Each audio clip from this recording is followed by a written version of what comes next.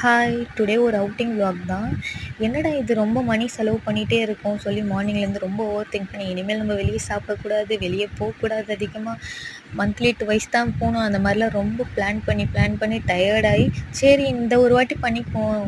நம்ம GPay use பண்ணி செலவு பண்ணுறதுனால தான் நம்ம ரொம்ப அதிகமாக செலவு பண்ணிகிட்ருக்கோமோ, சரி இனிமேல் நம்ம கேஷை கையில் எடுத்து செலவு பண்ணுவோம்.